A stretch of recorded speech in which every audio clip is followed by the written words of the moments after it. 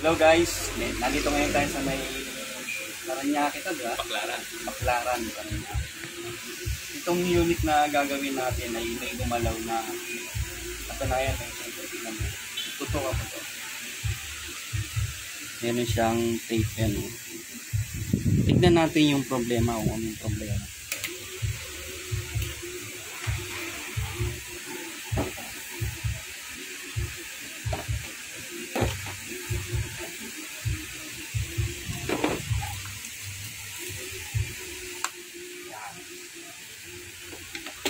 Sa umpisa kala mo normal, no? Ayun, nagpapalit siya.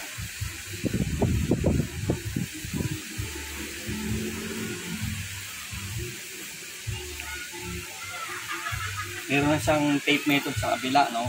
Siguro mga ginawa to, mga tumagal din ng mga isang taon. Kaya lang siguro ganyan na ngayon siya. Nagpi-freeze siya, nagpi-freeze na hindi mo maintindihan. Yan. Saan galing to, sir? Paranaque. Paranaque? Hindi, itong TV. Sabihan ko. Sabihan na niya. Yan. Yan ang problema niya. Yan. Hindi mo alam saan pinagawa ito. Alam ko Sony. Service center lang na Sony. Yan ang problema niya. Ngayon, tatanggalin natin yung kanyang innate method sa mekana. Tingnan natin kung ano yung result.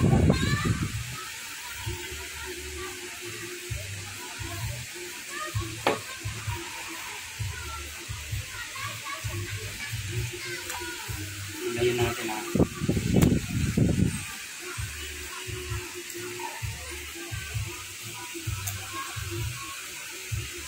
Ito yung kanyang tape. Tanggalin ko ikakabit ko ngayon.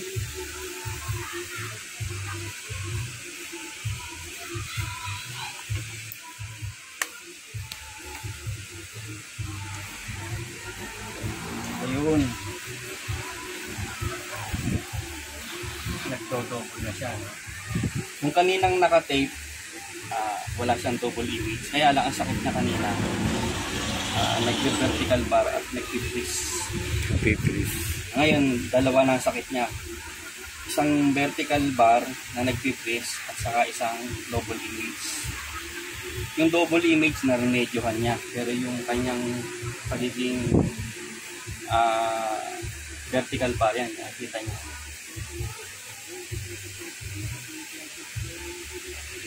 Lumabas yung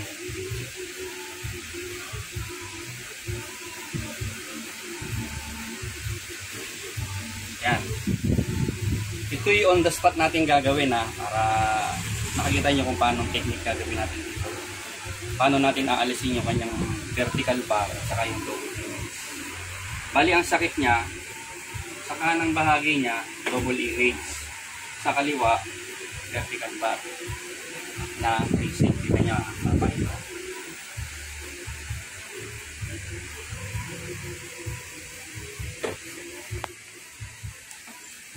Tanggalin natin itong kanyang double image.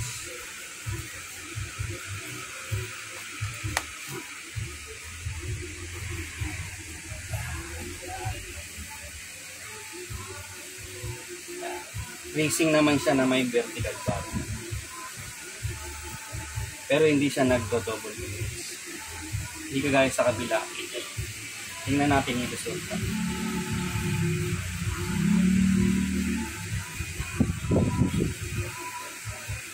Bali siya, meron na siyang guwit dito. Okay. Kung halimbawa marirepair natin ito, hindi na natin maaalis yun. Okay lang, sir. Yan, nag-freeze siya, no?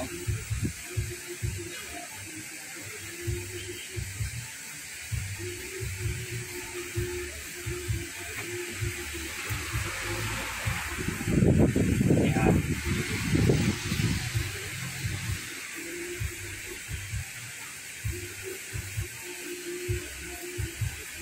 Kaya nakita nyo, no? Diba?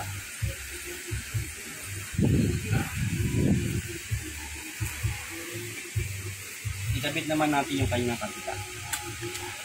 Tanggalin natin ito.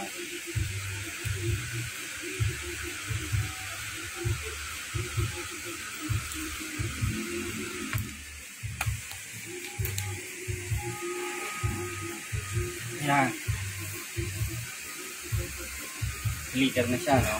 Dalawa na tama, no? Dalawa tama. Dalawa. Left and right. Ngayon, susubukan natin remedyo kung paano natin mariremedyo. Kasi merong possible na kayang remedyo. Pero pag parehas ng double image, medyo mahirap yun. Matinding modify na gagamit natin natin. Yan. Major operation. Dito yung double image na flickering. Ito naman yung vertical bar na freezing. Dalawang problema lulutusin.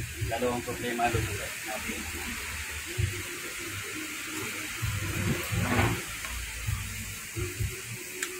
Ngayon, lulutasin muna natin yung kanyang flickering. Tutuan mo rin ito. Ito yung kanyang flickering, di ba? I-focus mo nga kung ano, kung may galaw na yun, may galaw. Kung wala pang galaw yan, di ba? Focus mo nga yun. Hanggang malinis yan, ha? Sige. Dito muna tayo sa may kanyang flicker. Gagamitan natin ng tape method. Okay.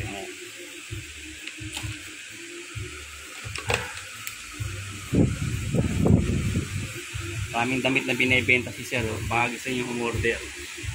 Ukay-ukay.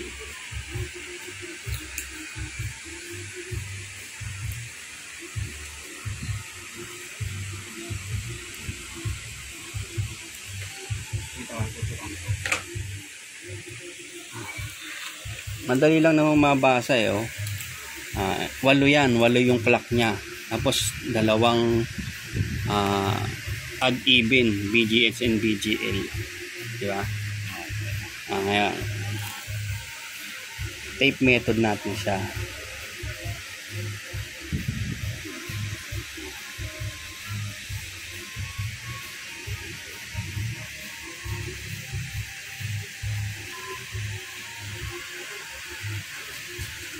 Pagan natin yung konti.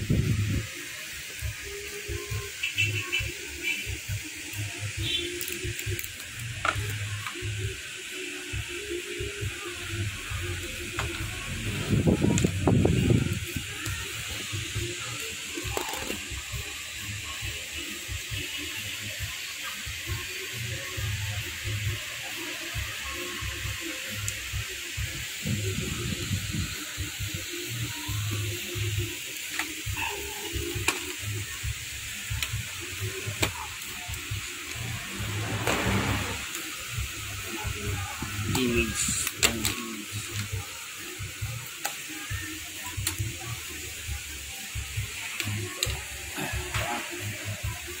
Gana yung double image, no? Yung nakalagay kaninang tape niya, medyo kapos yun eh. Dapat na para mapanang konti. Mga 13 pins.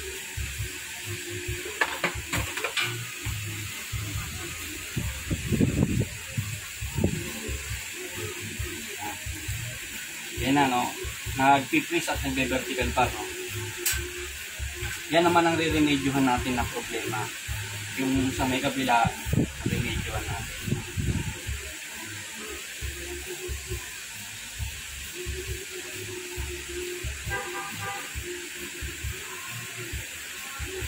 Yan, no?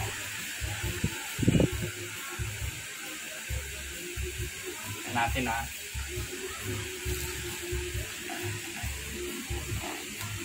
Tutukan mo to. I-testingin muna natin.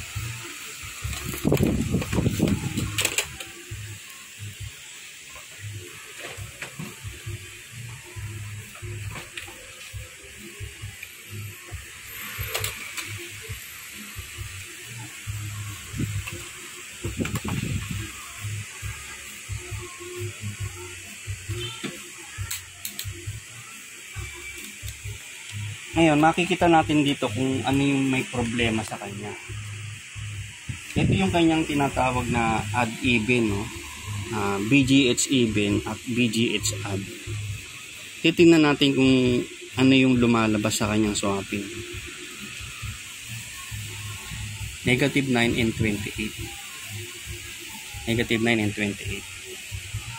Negative 9 and 28, no? Yung kanyang BGH even. Negative 9 and 28. Actually, dapat yan, negative 10. Ano? Yung BGL mo, nagkakaproblema. Kaya siya nagkakaroon ng freezing. Freezing inverter.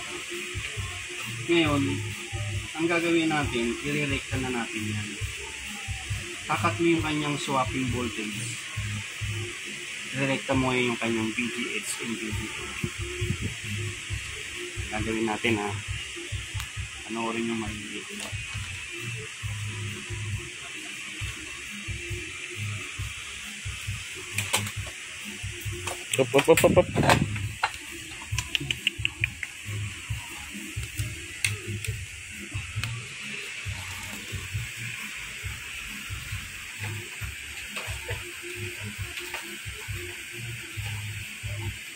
Dito tayo ngayon. Aalamin mo muna kung nasaan yung kanyang swapping voltage bago tayo mag-cut. Tingnan mo kung makikita nila ito ha. Ito yun. Kadalasan yan nanti dito eh. Ito. At saka ito. Ayan o. Kita nyo? Kita ba bro? Ayan. O, saka to. Ayan o. Shorted. Yung kanyang VGH ad. Ito yun. Magkadikit lang naman halos lagi yan eh. Yan. Makita. Ayan. Ngayon. Tatanggalin mo ngayon itong supply ng kanyang level shifter. Tatanggalin mo yung kanyang swapping. Para pagka kinonect mo tong VGH add at VGH even, hindi siya papasok dito para wag masira yung iyong Picon board. Ganun yun eh. Ngayon, ang tanong, alin ba yung VGL na ikakabit mo dito? Kasi dalawa yan eh. Oh. Tingnan mo. Ito, tutukan mo to. Ito yung BGL2, may BGL1. BGL2. Yeah. Oo. Aalamin mo kung alin yung supply na ikakabit mo dyan sa kanila. Kasi baka magkamali ka, masisira. Napansin natin kanina, yung kanyang swapping, 28, Negative 9. negative 9. Dapat yung negative 10 eh. Kasi, yung BGL2, yun yung kanyang negative 10. Yung BGL1, yun yung kanyang negative 5. Kaya, sa BGL2 tayo mag jumper saka sa BGH. Kakatin natin itong kanyang swapping para kasi kinakapos siya eh. Kinakapos siya ng supply sa may supply ng kanyang BGL eh. Kaya nagkakaroon siya ng freezing. Nahihirapan. Kaya pag dinirekta natin yan, masosolve yung problema na yun. Ikakat ko ha.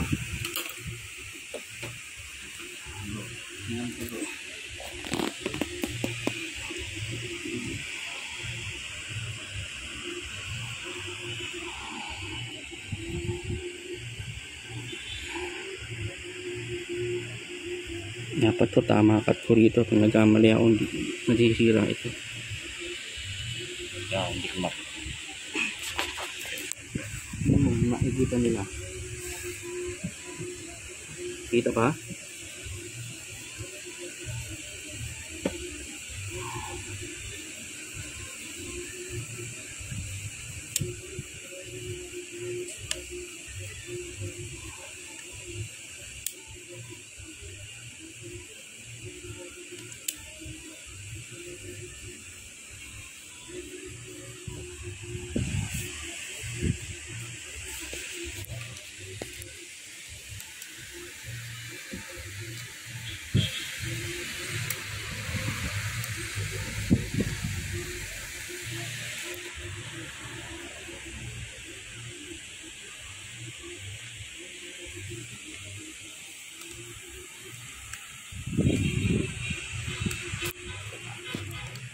Presto.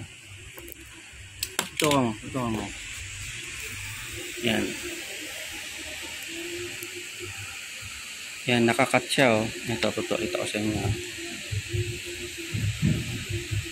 Cut yan. Malabo. Yung dalawa na to. Kinat ko yan. Kasi papasok sa IC yan. Yan yung nagiging swapping niya. Yung add even saka BGH add saka BGH even. Ngayon, paano mo siya i-directa yung dito? Kasi dalawa yan eh. Baka magkamali ka. Pagka sinabing BGH even, ang supply na kailangan makuha niya, BGH.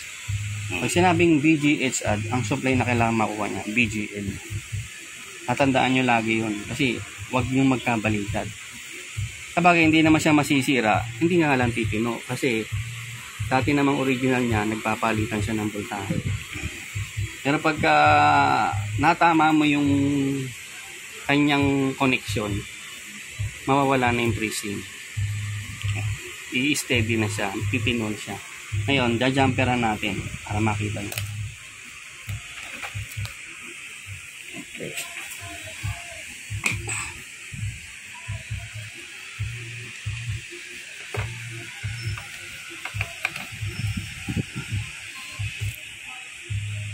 Huwag kayong gagamit ng ibang wire na ordinary wire kasi baka mag-short. Dapat magnetic wire.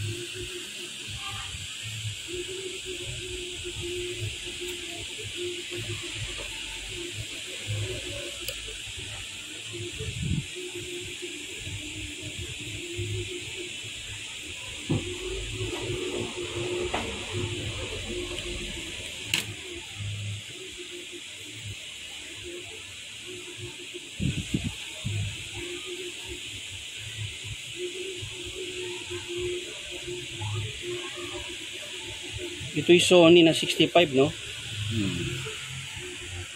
Sony ito na 65 inches.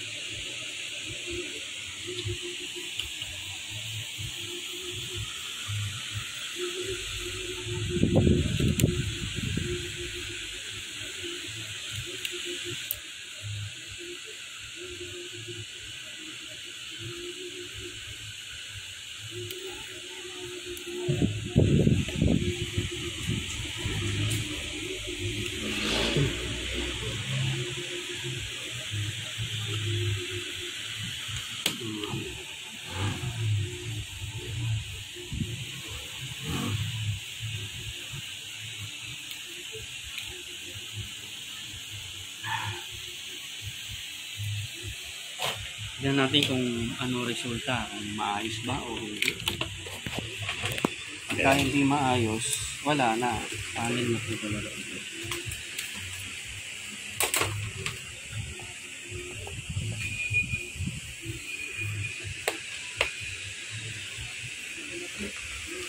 Sige mo.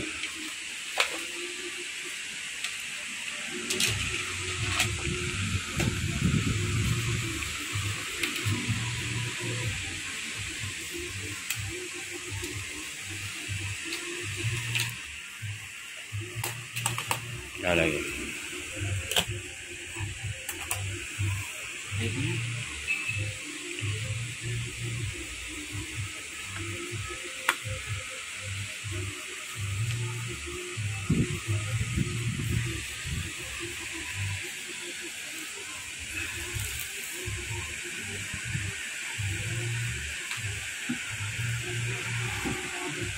Meron ba bang kurap? Wala na. Wala na, di ba? Palapas step. Yan. Dalawa yung problema niya pero kahit pa paano nasolusyonan natin.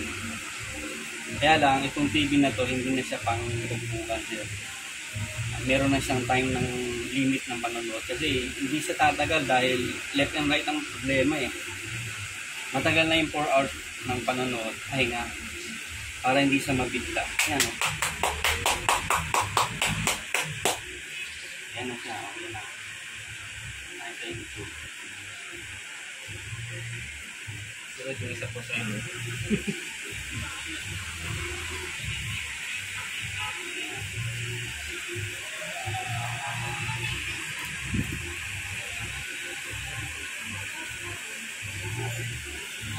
Wow! Galing showroom.